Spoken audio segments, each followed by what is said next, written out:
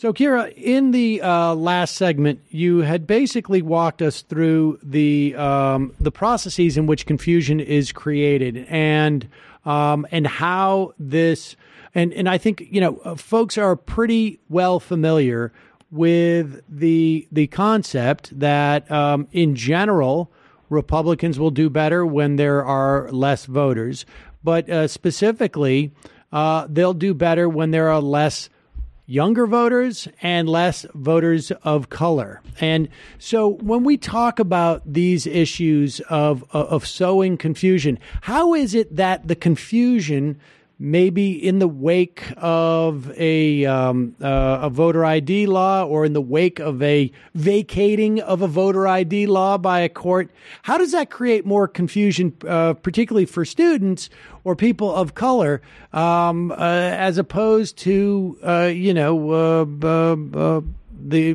any other voter? I think you have to remember that laws like that, voter ID laws and voter purges, those are specifically intended to disenfranchise certain voters, and those include students, younger voters, and voters of color. When Republicans pass voter ID laws, they know that disproportionately African Americans will be affected because they are the people that don't have the eligible forms of ID. And so when these laws are passed, educated, wealthier white voters know that they'll have the appropriate form of ID, and this likely won't be a problem for them. So these laws aren't something they have to pay attention to. Right. But elderly voters and especially African Americans across the South, like I saw time and time again over the last few years, they're more likely to lack those forms of ID. They might live far from the DMV. They might not have the resources to pay for a new ID when theirs expires. So they are the ones who are being disenfranchised by these laws, and they're the ones that have to keep up with the updates and have to constantly educate themselves on what is required to cast a ballot. And so even when these laws are overturned, they're the ones that have to be on top of the changes in election laws, while other voters kind of have the privilege of not needing to pay attention to those changing policies. And we should say, I mean, there's plenty of examples of this targeting that is, rather explicit and obvious. And when you see stories coming out of Alabama that not only is there a voter ID law, but they have shut down branches of the DMV in counties that have a higher concentration of people of color.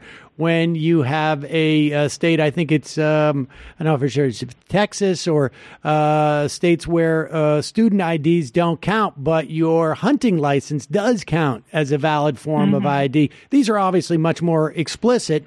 And I think, in the idea that, and people should also be aware that we're talking about largely people in living in poverty will also be disenfranchised. But that's sort of, I think for the Republicans, even if they perceive those people to be potential voters for the Republican ticket, it's almost like, catching some dolphin within the context of a haul of tuna in terms of the nets. At the end of the day, they're willing to suffer that. And we should say, this is not a particularly new dynamic. I mean, we saw this post-Reconstruction in the late 1800s, where you would see laws that were put into ultimately to disenfranchise people of color.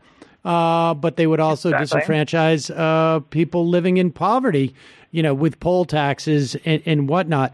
So when we talk about, what also strikes me as amazing is that you have isn't part of the problem that we have an entire election system that has no federal laws or a federal right to vote. And then everything subsequent, everything downstream from that is willy-nilly. You have volunteers who are not even budgeted to go and work as poll watchers. I mean, just expand on that a little bit, because we have the most patchwork, ridiculous system for voting in this country. And I wonder if that's not by design too.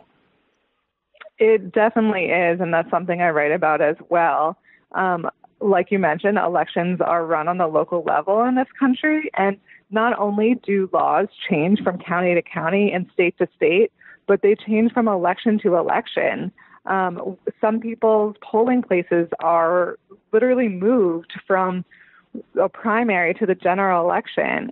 In Georgia, where I was on election day, people were showing up to cast a ballot at the place in their community where the early voting center was located, but that early voting center wasn't actually a polling place on election day. And people were holding up signs saying, "This is not a polling place. Go find the right place for you to cast a ballot." So I think when it comes down to it, the fundamental way that we run elections and the way that the laws are governed on the local level is designed to confuse. And without federal legislation that protects voters, and without a Supreme Court that's on the side of voters and willing to stand up for low-income voters, voters of color, people living in poverty across the South, I think we are going to continue to see issues that arise when counties and states push for laws that really don't consider the majority of their population. So we just have a minute left here. What is to be done about this? Obviously, people can try and elect a Democratic Senate, and a Democratic Senate and House can come up with a new formula that may withstand a Supreme Court test as to pre-clearance for the worst of states, and we should say even New York City. I think Queens and parts of Queens were part of that pre-clearance as well because of a past record with dispossessing different minorities of their vote. But so what else? What's the other? We just got a minute left. What's the plan B? Sure. Well, so many election experts told me that there is no silver bullet, especially because our country does have such a patchwork of election laws. It's going to require a similar patchwork of fixes. But certain things that they pointed to that are known to expand voting opportunities and help alleviate confusion are things like offering same-day registration. Allowing people to register on the same day they cast the ballot is one way to just eliminate potentials for people to fall through the system. Another is automatic voter registration. Having people automatically register to vote when they turn 18 just eliminates another barrier, which all of the barriers that arise when people have to fill out voter registration forms. So I think those are two somewhat easier fixes that a growing number of states across the country are looking at.